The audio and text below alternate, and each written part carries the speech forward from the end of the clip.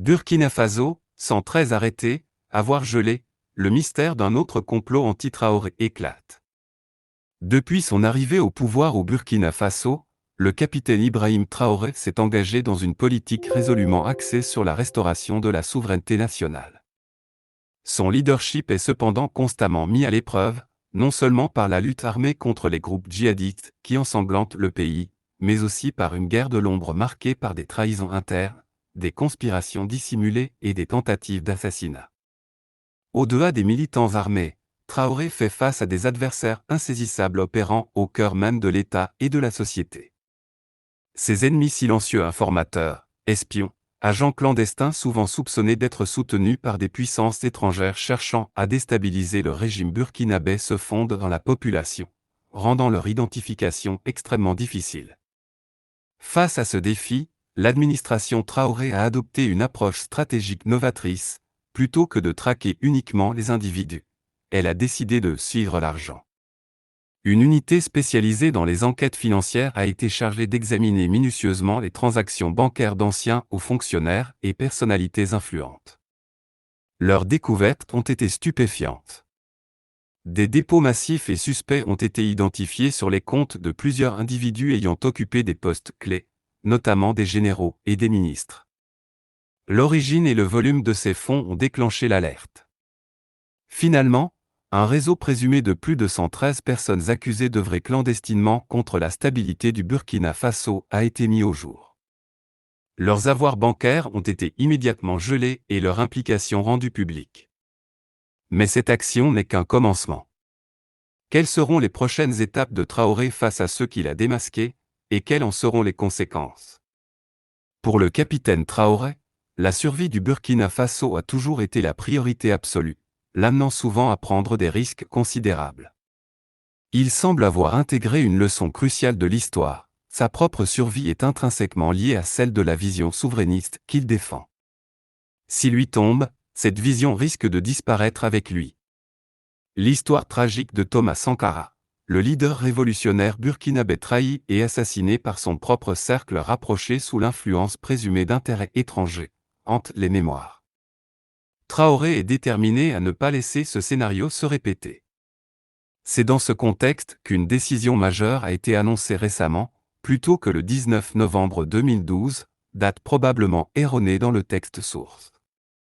Le docteur Apollinaire Kyelem de Tambela, Premier ministre, et non le ministre de l'économie Nakabo mentionné, agissant sous l'autorité du capitaine Traoré, a supervisé la publication d'un décret exécutif qui a secoué la nation. Ce décret ciblait spécifiquement toute personne soupçonnée de fournir un soutien financier au groupe armé ces mêmes forces responsables des attaques incessantes et des tentatives d'assassinat visant Traoré. L'objectif final de ces manœuvres, selon le gouvernement, était de semer le chaos, de saper l'administration et d'ouvrir la voie à une prise de contrôle par des forces extérieures hostiles au régime militaire. Agissant rapidement, le gouvernement a gelé les avoirs de 113 individus et de 2 organisations, coupant ainsi leur ligne de vie financière. Le véritable choc est venu de la révélation des noms figurant sur cette liste. Des figures autrefois considérées comme des piliers de l'État ou des personnalités influentes étaient désormais accusées de collusion avec des intérêts étrangers, dans une trahison rappelant douloureusement le sort de Sankara. Parmi les noms les plus explosifs figure celui du lieutenant-colonel Paul-Henri Sandaogo Damiba. Damiba avait lui-même pris le pouvoir début 2022 en renversant le président élu Roch Marc Christian Kaboré, avant d'être à son tour renversé par le capitaine Traoré en septembre de la même année et de s'exiler au Togo. Loin de rester inactif, Damiba est accusé d'être activement impliqué, même depuis l'exil, dans des plans visant à déstabiliser le Burkina Faso, y compris une tentative d'assassinat récemment déjouée contre Traoré. Les autorités affirment que Damiba aurait fourni des informations confidentielles à des groupes insurgés et à des services de renseignement étrangers pour affaiblir l'administration actuelle. Face à ces accusations, le Burkina Faso négocie activement l'extradition de Damiba avec le Togo, bien que l'issue de ces pourparlers reste incertaine. Cette récente vague de répression a mis en lumière un réseau complexe. Le décret implique non seulement des opposants politiques classiques, mais aussi d'anciens hauts fonctionnaires, des personnalités médiatiques de premier plan et des officiers militaires accusés de faire partie d'une conspiration de déstabilisation. Le général Gilbert Diendéré, et non Gial Basol, bien que Bassolé ait aussi été une figure politique majeure par le passé, une figure politique et militaire de longue date, influent et ancien chef d'état-major particulier de Blaise Compaoré, est l'un des non cités, bien que déjà emprisonné pour d'autres affaires. Son implication présumée dans de nouvelles opérations antigouvernementales le ramène sous les projecteurs. Alpha Bari, ancien ministre des Affaires étrangères et figure médiatique influente, est également mentionné. Les autorités suggèrent que son réseau médiatique aurait été utilisé pour façonner discrètement l'opinion publique contre le régime en place. Léonce connaît, possiblement une référence à une figure politique connue sous ce nom ou similaire, ou une erreur pour un nom comme Kinder, mentionné dans le texte source comme expert militaire. Un ancien commandant potentiellement connu pour son expertise militaire, serait accusé d'utiliser ses compétences pour planifier des actions clandestines visant à saper l'autorité de Traoré. Des officiers militaires dissidents comme le lieutenant-colonel Emmanuel Zungrana, possiblement une référence au nom des Bamin, et Renaud Oo, mal transcrits, sont également cités comme étant directement impliqués. Mais la répression ne vise pas que des individus. Le décret nomme également deux importantes factions insurgées, actives dans la région et responsables d'attaques dévastatrices qui ont coûté la vie à plus de 20 000 personnes, chiffre souvent cité, bien que variable, depuis 2015. Ces groupes sont au cœur de la crise sécuritaire burkinabé.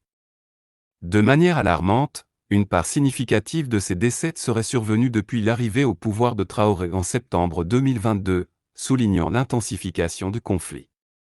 Outre le lourd bilan humain, l'insurrection a provoqué une catastrophe humanitaire, détruisant des infrastructures, rayant des villages de la carte et déplaçant plus de 2 millions de personnes.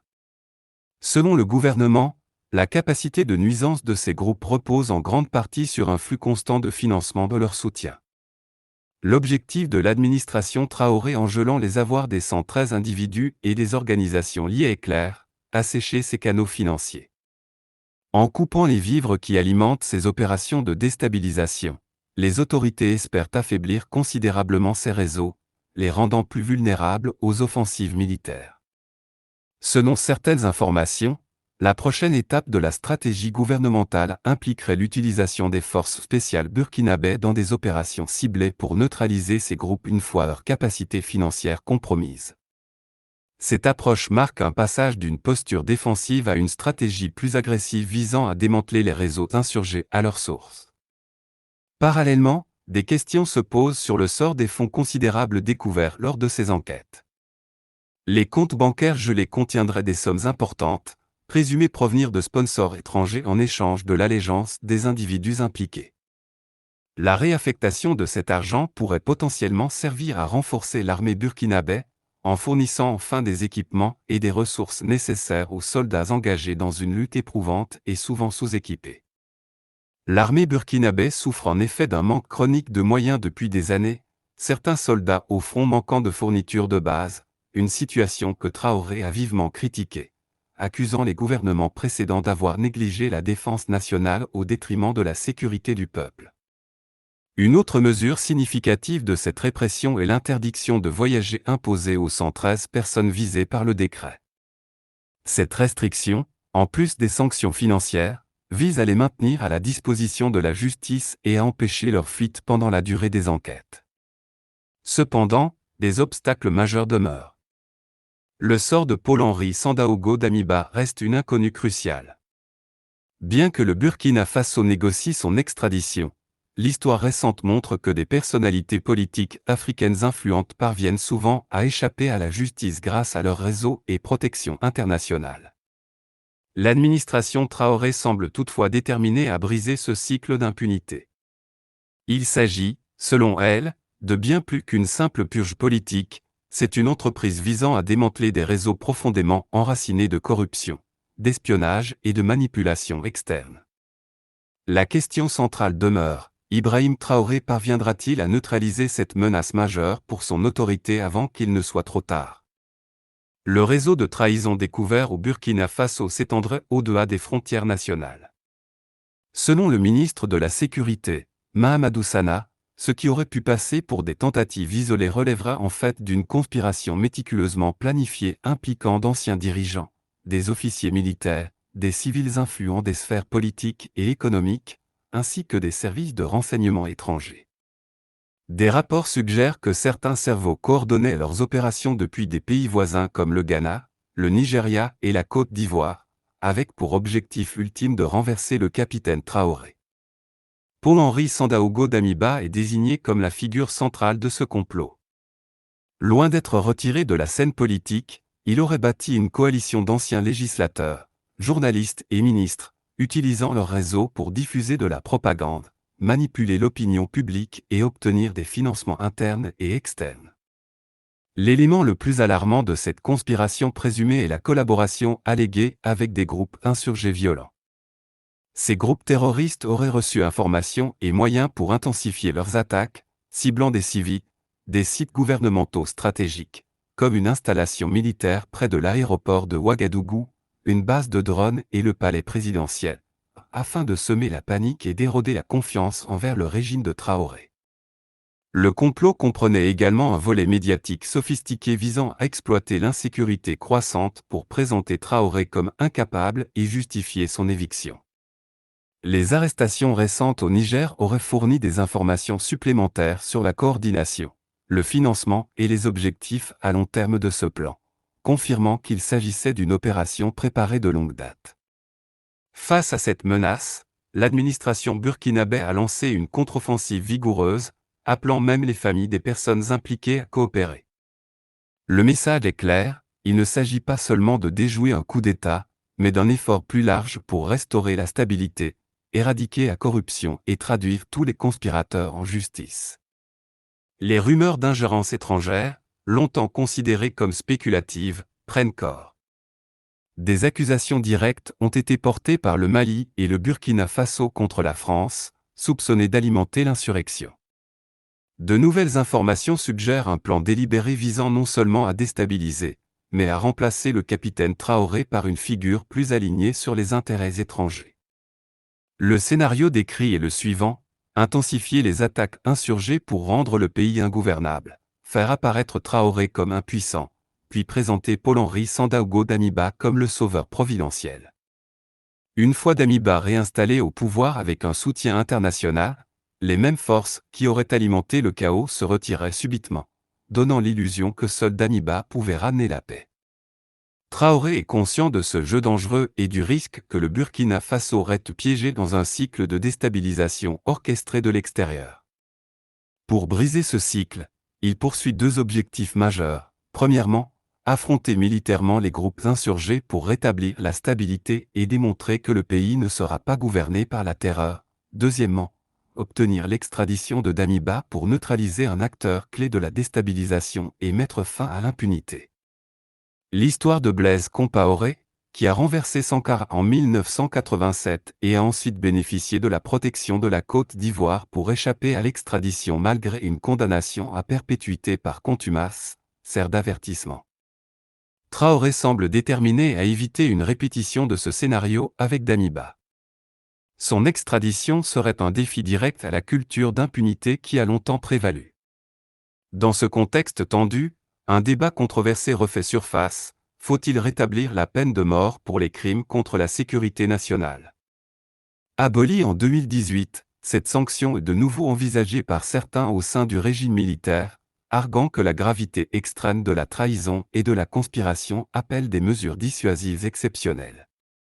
Paradoxalement, la tentative de coup d'État manqué semble avoir renforcé la position du capitaine Traoré plutôt que de l'affaiblir.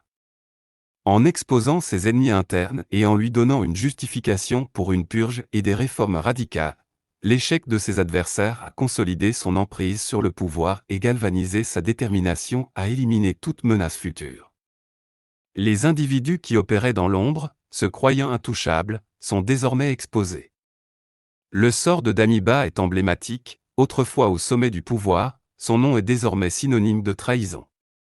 La décision du Togo concernant son extradition sera déterminante et enverra un message fort sur la fin de l'impunité ou sa persistance. Les 113 autres personnes impliquées font également face à la justice. L'administration a promis un examen rigoureux des preuves et l'application stricte des lois sur la trahison, l'espionnage et la subversion, prévues par le Code pénal. La question du rétablissement de la peine capitale plane sur ces procédures, posant la question fondamentale de l'exemple à donner pour dissuader de futures trahisons. Le Burkina Faso se trouve à un carrefour critique. Après avoir déjoué ce complot majeur, l'administration Traoré doit décider comment traiter les traîtres de la nation. Faut-il privilégier une justice exemplaire mais potentiellement controversée par sa sévérité, ou une approche axée sur la réconciliation et la consolidation de l'état de droit, même face à des crimes graves? La réponse à cette question, et la capacité de Traoré à naviguer cette crise tout en poursuivant la lutte contre l'insurrection, détermineront l'avenir politique et sécuritaire du Burkina Faso. La question la plus profonde reste en suspens. Cette purge suffira-t-elle à éradiquer la menace de subversion, ou d'autres complots couvant-ils encore dans l'ombre?